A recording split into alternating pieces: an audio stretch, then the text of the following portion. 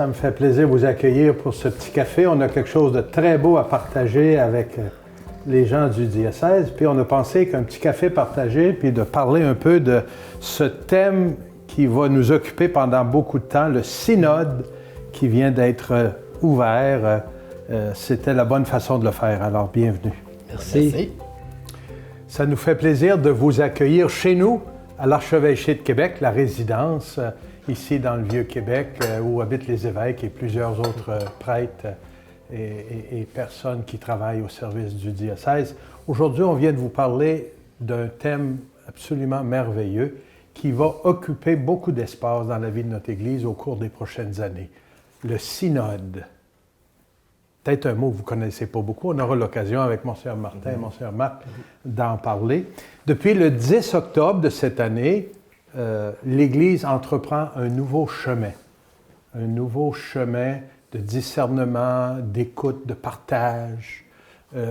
Et on va vivre ça ensemble. Et on aimerait juste aujourd'hui prendre quelques minutes pour introduire c'est quoi un synode. Il y en a eu beaucoup dans l'histoire de l'Église. Au cours des 50 dernières années, de façon particulière, il y en a eu à Rome avec des évêques, des experts, à peu près tous les 3 ans. Synode, ça veut dire quoi au juste? Martin, parle-nous un peu de ça. Synode. C'est un mot qui paraît nouveau peut-être pour les gens, mais finalement, c'est un mot très ancien dans la tradition de l'Église.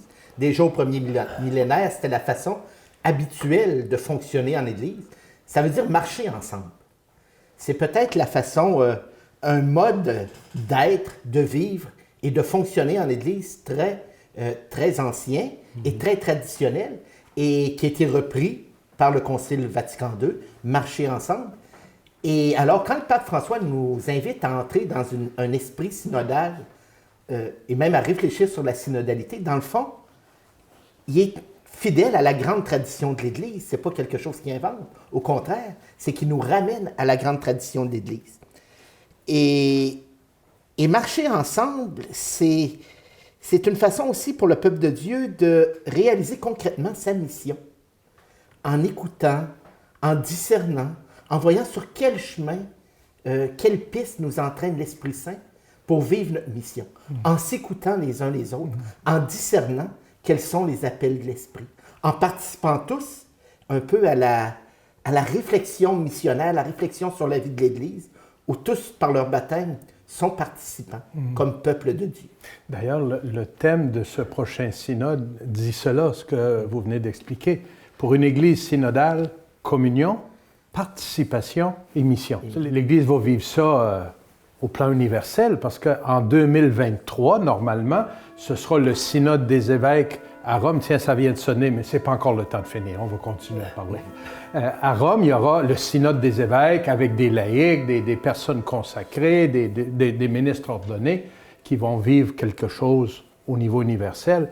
Mais là, il y a une autre phase qu'on va vivre qui est d'abord dans notre diocèse et dans tous les diocèses du monde où on va entrer dans ce chemin de marcher ensemble, comme vous disiez, pour discerner est-ce que nous sommes une Église synodale. Monseigneur Pelcha, comment on va vivre ça ici, à Québec? Oui, la phase diocésaine, c'est un élément, une étape très importante dans le processus, parce qu'il va y avoir, bien sûr, comme vous le dites, le synode de 2023, mais l'étape diocésaine, la phase diocésaine est capitale. C'est la base pour toute la démarche.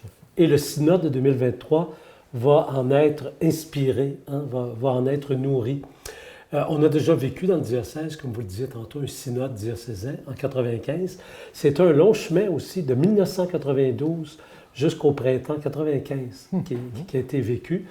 Et là, ce n'est pas un synode diocésain qu'on va vivre comme tel, mais un parcours synodal, un chemin synodal qui nous est proposé. Donc, un parcours synodal ensemble, un chemin d'écoute mutuelle, de réflexion.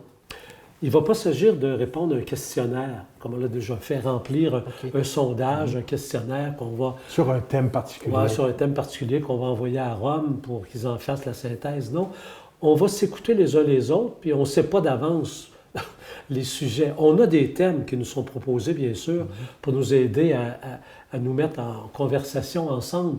Mais c'est d'abord l'idée, l'intuition de nous regrouper, soit dans des groupes qui existent déjà, ou des nouveaux groupes qui se forment, de chrétiens, même de personnes plus éloignées de l'Église, qui décident de se mettre ensemble et de s'écouter. Quels sont leurs souhaits, leurs rêves pour l'Église?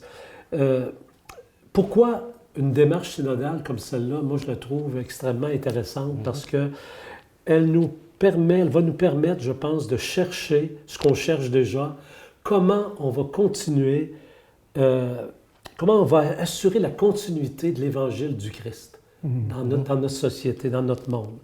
Comment on va envisager la mission? Toutes des questions qu'on se pose déjà. On ne vient pas poser des nouvelles questions. Qu'est-ce que l'Esprit dit aux disciples du Christ ici, dans l'Église de Québec aujourd'hui? Et c'est quoi le projet de Dieu pour son Église, dans les circonstances où nous sommes, qui ne sont pas toujours faciles, mais où Dieu nous parle et l'Évangile nous parle à travers ça.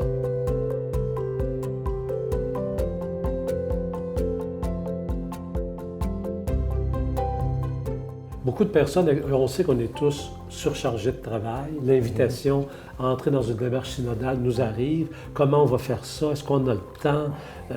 Bon, il faut penser cela dans notre vie actuelle, telle qu'elle se présente, dans les groupes que nous avons. Aussi peut-être dans le regroupement des regroupements spontanés qui peuvent se faire, ou des personnes à qui on peut inviter de se réunir pour nous donner et qu'on peut les écouter. Et qu'elles nous fassent savoir un peu quel est leur désir pour la continuité de l'Évangile. Vous avez compris, Monseigneur Pelchat, c'est très important ce qu'il vient de dire, que vous serez appelés, invités à participer, à entrer dans ce processus. Que vous soyez dans un groupe ou dans aucun groupe, que vous soyez engagé en paroisse ou pas, que vous soyez dans une activité ou l'autre, vous regroupez avec d'autres et vous demandez, est-ce que nous vivons, nous, d'une façon synodale? C'est-à-dire, est-ce que véritablement nous sommes en communion entre nous et avec Dieu? Est-ce qu'on vit, on partage ensemble? On est ensemble des compagnons sur la route de la mission.